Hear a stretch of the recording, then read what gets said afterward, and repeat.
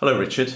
Thank you very much for agreeing to do this. I just wondered, for those people who don't recognise you or haven't had the pleasure of meeting you yet, if you could just briefly introduce yourself and tell us who you are, please. I'm Richard Teal. I'm chair of the Cumbria Methodist District, which I have been in this particular role now for nearly 8 years. Before that, I was Methodist minister in Beverley in East Yorkshire for 13 years. Before that, Berwick-upon-Tweed, and before that, Gateshead. I'm married to Sue, and I have two boys. Wonderful. Well, the reason I wanted to do this was because I remember an event that we both went to last autumn where you described a period of time where you lived and fed yourself on very limited means. I wondered if you could tell us why you chose to do that and what exactly you did, please. Sure. I was asked to do it, actually. The chief executive of Christian Aid rang me one day to see, as a church leader, whether I were prepared to live on £1 a day for food and drink, and I heartily agreed to do it. The idea of that was to raise awareness of world hunger. I did say to him that I was prepared to do it, certainly to raise awareness of world hunger, but also to raise awareness in the county of Cumbria about the importance of food banks. It was a hugely interesting experience. My wife and I sat down to see how we could work out how I could live on £1 a day just for food and drink. It's not an easy exercise. And we came up with that I would drink water and nothing else. That for breakfast I would have some porridge made with water. Lunchtime have homemade vegetable soup and water. And in an evening I would have 2 very cheap pieces of bread with some very cheap baked beans on them. The baked beans actually were Heinz baked beans, but we got a huge tin at a very cheap offer in a supermarket. And that's what I lived on. I wasn't hungry, amazingly, throughout the whole of that time.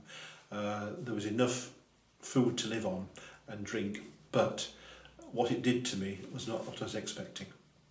It's very interesting you say that. I was just going to come on to that. As you say, when people go without food or on very small amounts of food, they expect it to be the hunger that is the main factor that affects them.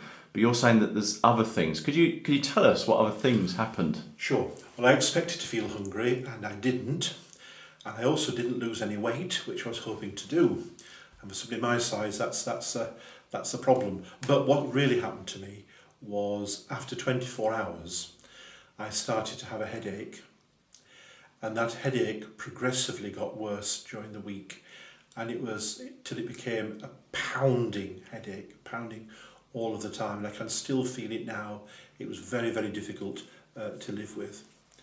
And also, as the week went on, I became very conscious that I was becoming lethargic and lazy and just really wanting to sit down rather than to work. It also affected my motivation. I have a very busy work schedule, but really I didn't want to do it. I became very, very demotivated. And I think the worst thing was, as the week developed, I became more and more conscious of a lack of concentration. And I remember vividly having to drive down, as the week progressed, one evening down to Sedbergh from Penrith, where I live, and to chair a meeting. I actually do not remember to this day anything that went on in the meeting. And driving back from Sedbergh back to Penrith up the M6, I had to stop 4 times, just pull in and rest, because my concentration span was becoming less and less. So it affected me in very, very different ways that I'd ever even thought about. So I wasn't hungry, not at all, but it affected me in these very, very peculiar ways that I wasn't prepared for. That's very interesting. As I say, as part of the food bank, we sometimes think that we're just offering people food because they're hungry, and we appreciate that the work that the volunteers do and all the supporters who give to the food bank. Just wondered if there's anything you'd like to say to them after your experience.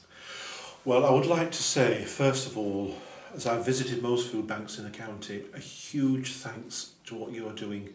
It is hugely appreciated and is so hugely needed. And as you said, Andrew, it's not just the hunger. It's the way people's lives are affected in different ways. So how on earth can you go out and look for work and be told you have to do, when actually, because you're not eating what you should be eating, and you're not getting the vitamins that you should be getting, you feel as I felt. And all you really want to do is to stay at home and sleep and have no interest in anything. I think what you're all doing is marvellous, and thank you for the time that you're giving.